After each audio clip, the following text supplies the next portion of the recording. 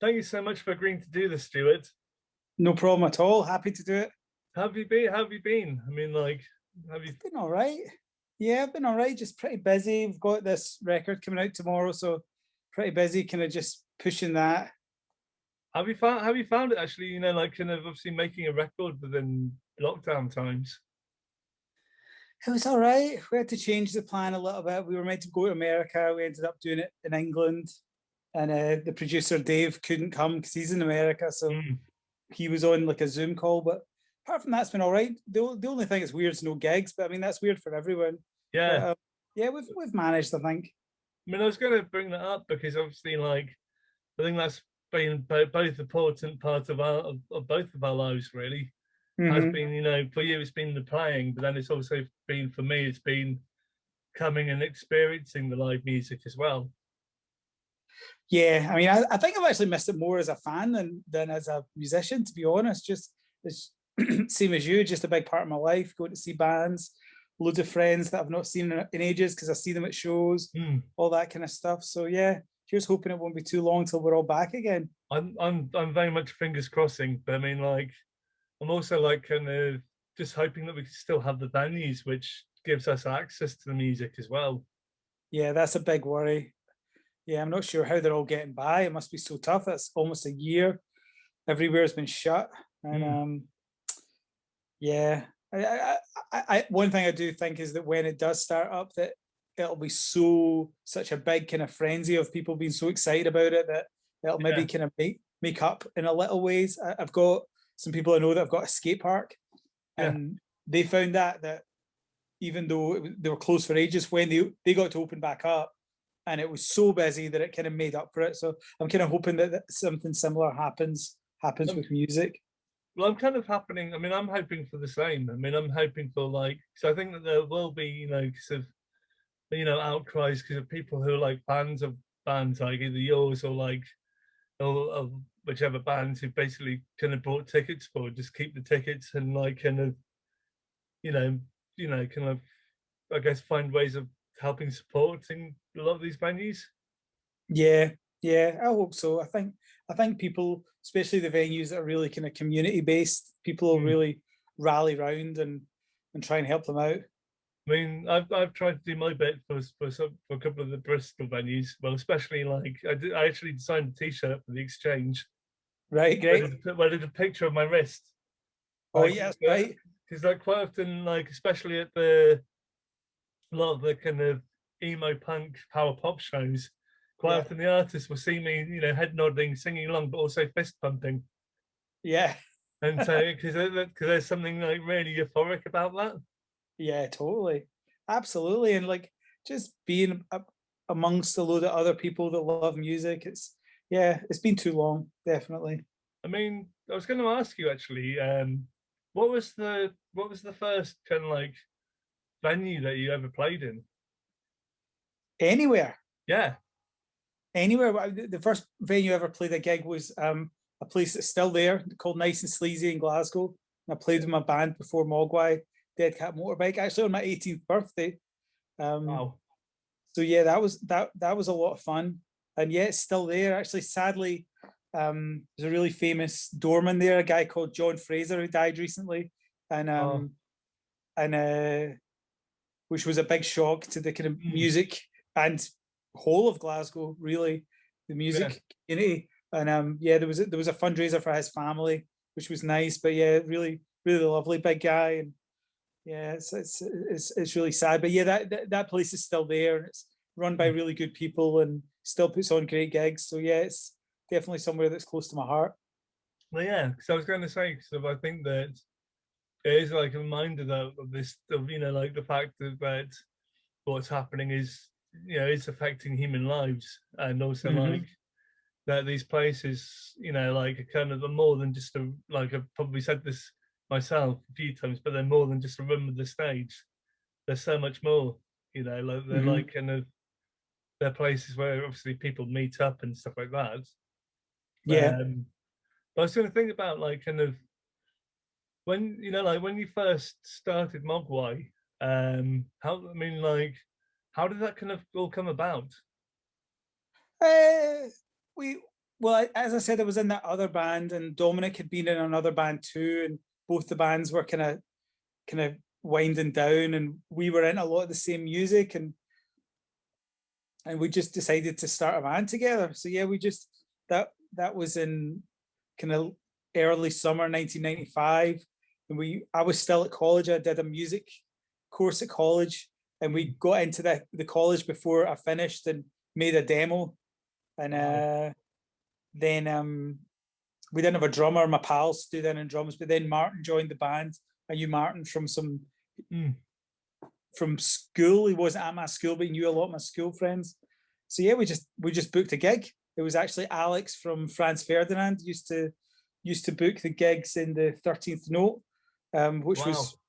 which was where, and still is. Well, it's now called Mono. It's got changed the name, but that was kind of the center point of the kind of Glasgow scene, and he gave us a gig, and it kind of all kind of went from there, really. Yeah, I mean, like, and I guess it is like kind of. I guess they also like different. I was going to think about like kind of something. I'm trying to think of questions. I'm not always I'm not actually a professional journalist, really. That's all right. No, I appreciate it. It's just good. It's just good getting a chat. It doesn't have to be. It doesn't have to be Michael Parkinson. No, it's true. Actually, to be honest, I'm never going to be that guy. To be honest, I'm never going to be that stiff. I'll be awkward, but not that stiff. Yeah.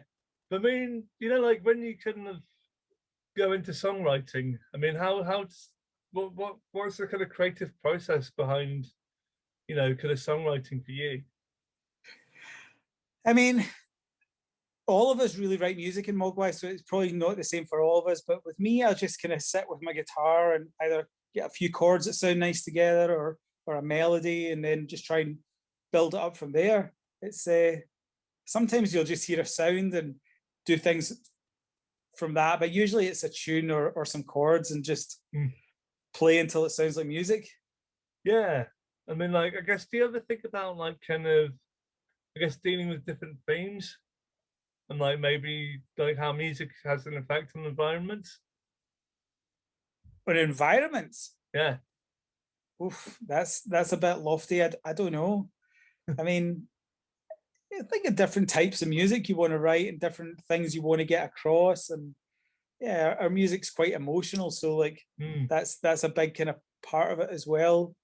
But a lot of that's kind of unspoken. You just kind of just try and make it happen. Yeah, and I think that is something that is very powerful. As if in the fact that the music that you guys do make is can be emotionally overpowering, and like kind of. I mean, I found it a couple of times at your live shows where I found it almost spiritual.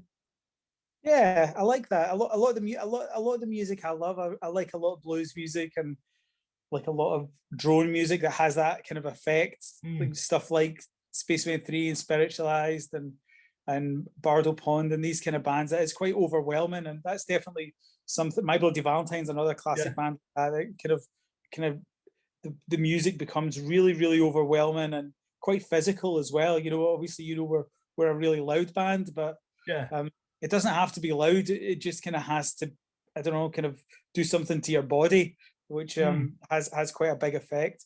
It's a bit like I was going to bring up another band like Godspeed Your Black Emperor. Yeah. It's like whenever like whenever I've kind of gone to see them, I've been like, right, I'm emotionally prepared for it. It's like, no, you're not. No, is it like they're next level. Like their music is so powerful and so can be really cathartic, and it's they're a really special band. I kind of feel a real connection with them because we started around about the same time, and I think we probably grew up listening to a lot of the same records, so we kind of like definitely have a kind of a definite connection to them. Yeah, I mean, I think that there's definitely, because they're one of those bands which I think of when people are going, right, okay, if you were to talk about music being overwhelming, it's like people like them, and also like Sun as well. Yeah, that's another band I love. First time I saw them, I had no idea about them. I saw them at ATP, and a few people said they were great, so I was like, hey, I'll go and check this band out. And then they just kind of walk on in the robes, and Yeah. it just blew my mind. Just such an amazing band. Yeah, I love them. I think my first time in seeing them would have been Primavera Sound in 2015. Actually, Right, yeah. I was kind of quite late to them, but then that's because of like I think it's just the fact that they didn't play Bristol all that much, and like sometimes you've got to be in the right mood to go and see a band like them. That's true. It's And be definitely, open-minded, especially like it's considering they intense. had the kind of the throat vocalist with them as well, and so I was Yeah. like, it was like mixture of being hypnotized and terrified at the same time. Yeah. Because like Yeah. you can feel like because the whole thing is I remember getting there about half an hour before they played, and they had the whole thing with like the dry ice being pumped out for like an hour before they even start playing, and they have Yeah. like the kind of it's like stuff how they use kind of really simple dynamics for really theatrical effects. Yeah. No, they're next level, and like I kind of I love bands that kind of like, they're not like, oh, we're just gonna turn up and play. They're like, no, this is our thing. Yeah, Check this out. This is our thing. And like, yeah, I think both those bands kind of embody that, you know, like they could be playing anywhere, but it would be their space when they're playing, you know. yeah, and I think that that's like kind of also shows like a kind of actually good attitude to have whilst people are on stage, is to say, look, even if you're supporting someone else, it's like this is our stage for our amount of time. Yeah, exactly. I Exactly. mean, and also like kind of I mean it like as if in because I've seen sometimes when support acts have actually completely upstage headliners because the support acts have actually kind of gone, right, this is our audience, Yeah. more than the headliners maybe have. I mean, that's what you've got to be trying to do, you know, like I kind of tend to not think of them as a support act. I just think of them as the first band or the second band, you know, because sometimes they are amazing. Like I've seen some killer bands, and I think it kind of it goes a long way to. I've got a lot of respect for bands that will take bands out on tour with them that are amazing. Do you know what I mean? Because you know you're gonna have to play after them. So like it's kind of, yeah, it's good. I hate it when bands get kind of lazy and just take whatever band their booking agent suggests, and you can kind of tell, you know, like the manager sort of thing, and you kind of tell yeah, the sort of things which they kind of say on stage, but then when you look at their eyes, you go, you don't mean it. yeah, totally. Like, but whereas like, I mean, because I think one of the first times I saw you in Bristol would have been with the Twilight Sad supporting. Yeah, yeah, And I mean, yeah, they're a great band. yeah. They're so good. We've probably played maybe more gigs with them than any other band. Um, I love how passionate James is, and I mean Man. we're putting the records out now, so we've got even more reason to take them out on tour. We're kind of, yeah, we're I mean, like I think that, and I think that is definitely a thing which comes out from them is his passion. I mean, I found myself, like kind of, I've seen them, don't know however many times I've seen them, maybe like 10, 12 times, but it's always been because I know that I'm going to get that emotional response from him. yeah, yeah. It's quite something. There's not many people that I can think that just throw themselves into performing the way that James does. You can tell he's totally like living every line he sings. It's great, really great. I mean, yeah, because the last time I would have seen them, probably, I remember like kind of watching him, and it's almost like as if he was like sending himself into like a spiritual epiphany. Yeah, yeah. He's a great performer. He probably doesn't even think of it as performing. I think it's just like, I don't know, like some, yeah, it's like a catharsis or something like that. Yeah, I mean, I've definitely found myself because of like I've occasionally been on stage myself, and so I understand what it's like to get completely lost in something. Yeah, And I yeah. mean, like, so it's like, so I used to have like a rap split personality, Right. Okay. and so like I did like kind of for a short while I did like industrial hip hop. Right. Cool. but I also did like kind of a few like kind of college projects with a few of my friends. Uh-huh. Um, yeah, which led to me kind of developing Manic F, who's my rap split personality. Okay, cool. Basically, because I was hugely influenced by like kind of American industrial hip hop. So like people like Dialect. Yeah, that's who I thought of when you said that. Like, yeah, Yeah, they're an amazing band. They're a band that I think the first time I saw them, I was just like, what the hell is this? yeah. Really, really great. Really great. I mean, the first time I saw them, I couldn't sleep after seeing them because I had to play the record 5 times over. Because I remember like Yeah. kind of I was down at my grand's for a weekend, and she lived in Exeter, Uh-huh. and um so like I basically found myself going, oh, I'm a bit bored. Let's see what gigs are on. Had to look up CFAX. So it's like 2002, 2003, and Yeah. so you have to wait for like kind of 4 pages to see the actual gig listing. And they were What was playing in happening? Exeter. Yeah, they played the Cavern. That's amazing. That's cool. And yeah, it's one of the few shows which I've been to in the Cavern in Exeter. And it was, I mean, there's probably about 20, 30 people there. But Hmm. it was that sort of thing of like kind of going freaking hell. It's like you've got the kind of big beats of like Public Enemy and the noise of Public Enemy, but with like kind of this kind of Faust meets My Bloody Valentine noise. Yeah, no, they're a special band. I actually saw them, hadn't seen them for a long time. I think we played a festival with them a couple of years ago and they were still brilliant. So yeah, Yeah. okay, I'm glad they're still going strong. I mean, well, to be honest, they're one of they've made one of my favorite albums ever. You know, like from the tongues of filthy gods and griots. Oh yeah, it's great. That's a Oh great one. man, just whenever spiritual healing drops, I just completely lose myself. Yeah, it's great. I tried to keep all sanity, but then like when they did their first kind of comeback show in Bristol, and they opened with that song, I just completely lost it. I just Yeah. completely, found myself like kind of almost inadvertently, almost accidentally injuring someone else because I'm like kind of jumping into them. It's a hazard of the job. Yeah. Have you ever found? I mean, like, have you ever found? I mean, I was going to ask you, like, kind of, what was the first piece of music which made you want to kind of form a band?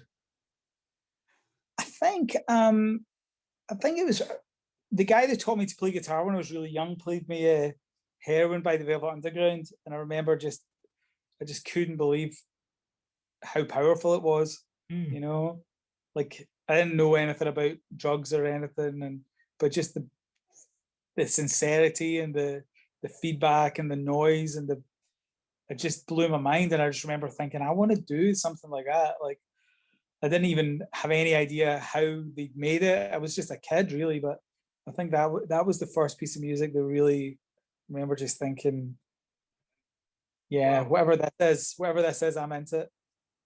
Yeah, I think with me, so I think I was going to say something similar for me, but I would have been like later generation. So I would have been, I think Michael Jackson But was, yeah, I really loved those Michael Jackson records too. Actually, I remember getting Bad when it came out.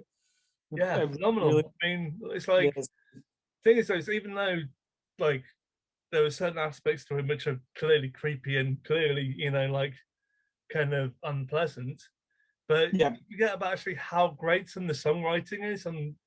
on those songs. The music's amazing. I'm pretty Yeah. good at kind of separating people from the music they've made as well. You know, because like you don't have to be someone's best friend to like their records. You know, Mm.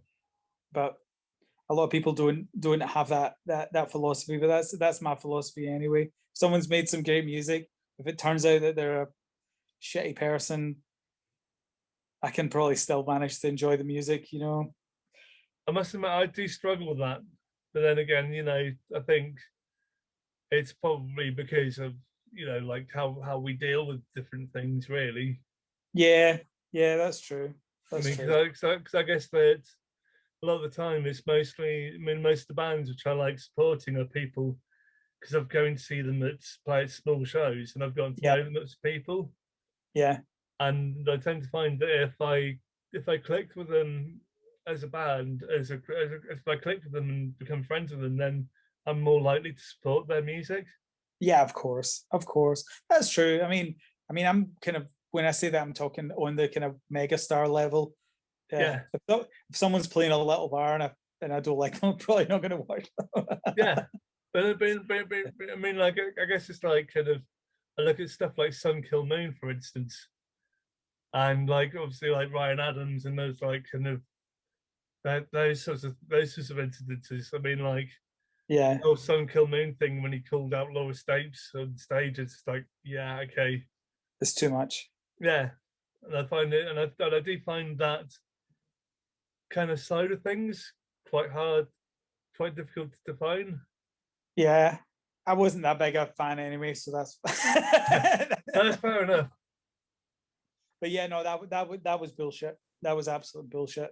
Yeah, Yeah.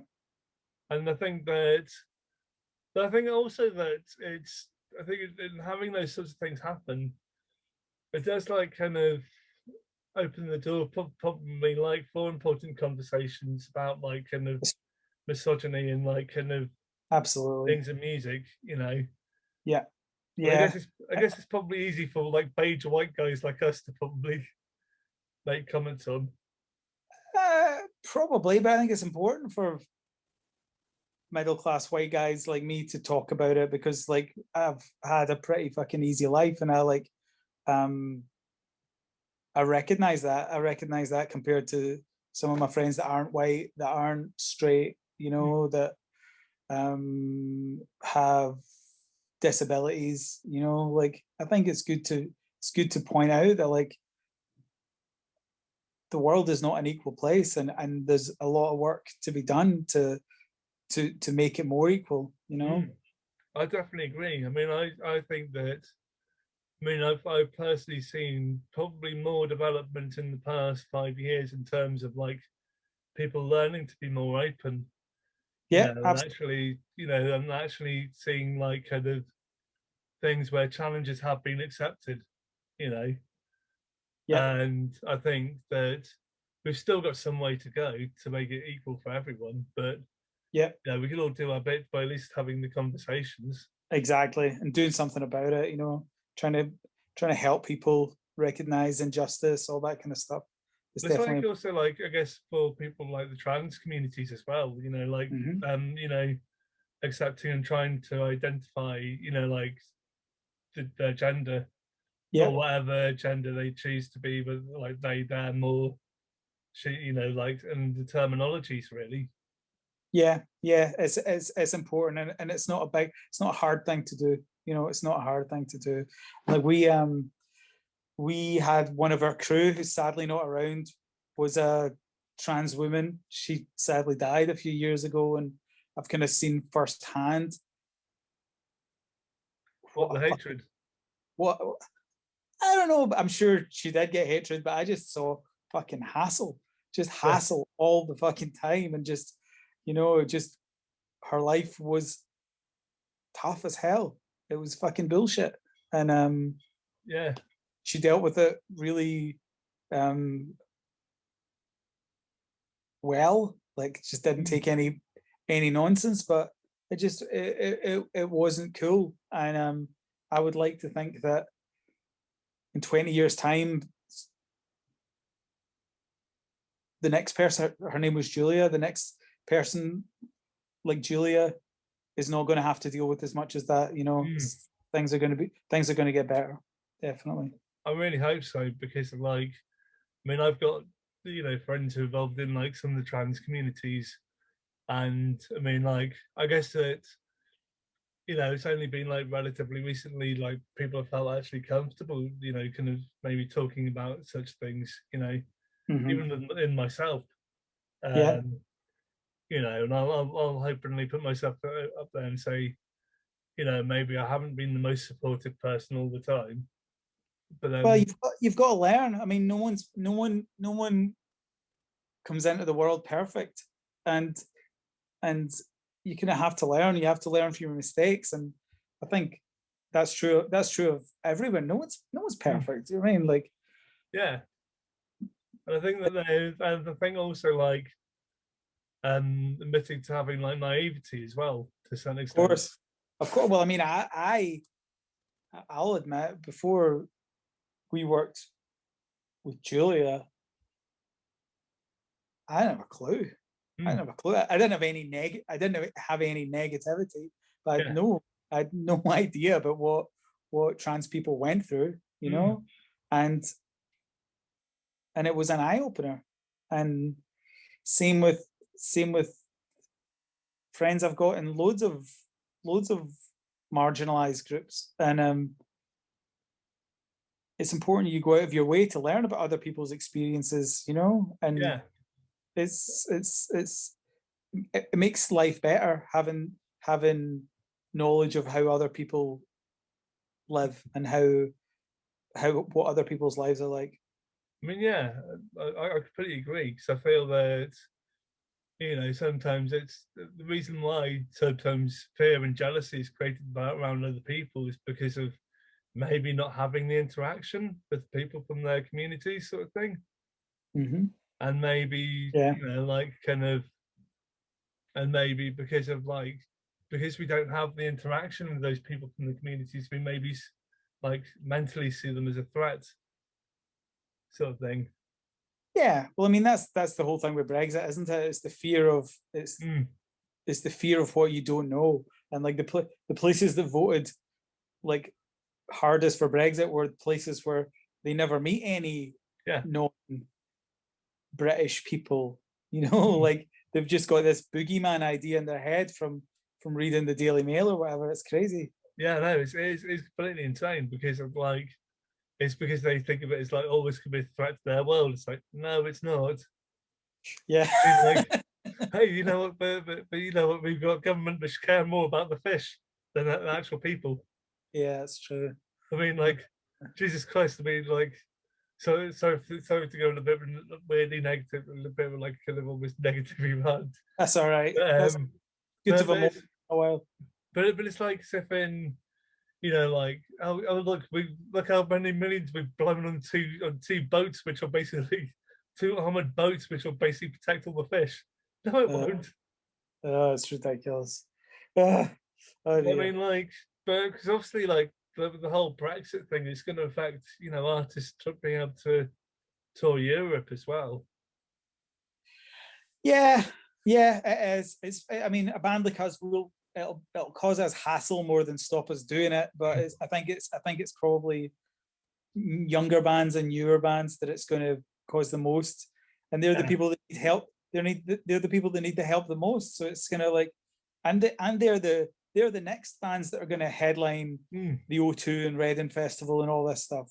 So you're kind of pulling the ladder away from an industry that's really successful, that like has a lot of talent, and if you want to get into the kind of politics of it, makes the country a lot of money.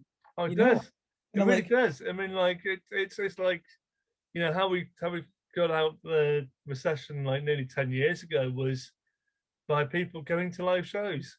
yeah, You know, people come to gigs more than just necessarily to see the bands playing, but it's everything which goes around it, which is what yeah, I've really missed, to be honest. yeah, totally. But it'll be back. It'll be Yeah, back. I know it will be, and I'll probably be back into my favourite little Sweatboxes. Yeah, absolutely. Because I must admit, I do struggle with the bigger venues. Do you ever find? I mean, like, do you prefer the small rooms to like the bigger rooms? No. No, I probably like. I mean, I don't know. It's all relative, isn't it? I probably like medium-sized ones better. Maybe 1,000 to 2,000. That's Yeah. probably just because we've got so much stuff, and if it's in a small room, we're kind of like on top of each other. So, and we're also lucky enough that we can get enough people to come and see us that we can play those kind of places. But I mean, I do like small places too. When I was playing with Minor Victories, we'd play a lot of small rooms, and I mean, I totally loved it. Yeah, because I actually saw you on that tour. Because I saw you at the Thackler. Well, is that the boat on the Yeah, boat? Yeah, in yeah, that's Bristol. a fun Yeah, place. And I was like, wow, I'm getting to see Stuart Braithwaite playing this small room. Yeah. You know, whereas usually you'd play probably somewhere like Colston Hall sort of size. Yeah. Yeah. Which is like Yeah. That's a 2,000 great. capacity. Yeah, that's a great. I mean, to be honest, I'm happy to play anywhere. I'm happy to play anywhere. I mean, like, but I mean, like, also in terms of a like kind of a music fan. I mean, like, you know, do you find yourself feeling like kind of? Because I find myself sometimes when I go to like really huge venues, like finding it quite overwhelming and quite daunting. Yeah, yeah. I mean, I'm not as a fan. I probably prefer going to small shows, definitely. Mm. Although I've been to some really big ones. I went to see Kendrick Lamar a few years ago, and it was really great. I can imagine him being really good live, actually. Yeah, he was amazing, and that was a really big show. But yeah, it's definitely generally I prefer going to small gigs. I think one of the few like kind of big shows which I've kind of been to was Nick Cave and the Bad Seeds at the O2 Arena. Yeah, that would have been great. Oh, it was phenomenal. I mean, like, it's really funny because of there's a Scottish version of me called Simon Mason. Right. Okay. And like he's basically like he's from where's he from? He's from Edinburgh or just outside of Edinburgh. And it was really funny because of what happened is a friend of mine who's a British Sea Power fan, he booked out like a kind of corporate box sort of thing because he, you know, having a fair bit of money sort of thing. And he said to me, "Do you want to come and see Nick Cave for free?" And basically, ended up giving, I ended up being given like a 5-star treatment, but I'm not paying for any of it. And so, like, we arrived into the venue, like into like the arena in our kind of corporate box, which is up on high. And I remember it took me like 45 minutes to calm down because like I saw how many people that the size of the space and all the seats. And I mean Nick Cave was phenomenal. I mean, it was an absolutely like incredible show. But I mean, I remember just feeling, just because I'm so used to being really up close to the stages, unless I'm at a festival sort of thing, then I found it kind of, kind of quite overwhelming. And yeah, it can be, but it's a different thing. But he's great. He's got such a big character and a big voice. He can fill those places. It's actually been amazing seeing him, I don't know, like get 10 times as popular in the last few years. It's cool. It's really cool. Also what made it even funnier was the fact that, you know, we watched like this really intense show. Then like kind of I looked upwards to see this ginger beard overhanging the seats above us. That was Simon. We were both like staring at each other, going like, "You," kind of both pointing our fingers at each other. That's cool. That's cool. But I mean, like, yeah, I mean, Nick Cave is phenomenal. It's like there's a reason why he's probably one of the most copied frontmen. Yeah, he's got a lot of charisma. He absolutely does. He really does. Like, to be honest, he's like nearly 70 years old and he's still dancing all the way through the audience. And I don't think he's quite that old, Jeff. I think you're maybe. No, he was 60. It was like 60. I think it was like his 65th, 60th something birthday. Oh, is he that old? Oh, he's looking good for it. Yeah, no. Well, to be honest, I think that also comes with probably hair dye sponsorship. I reckon.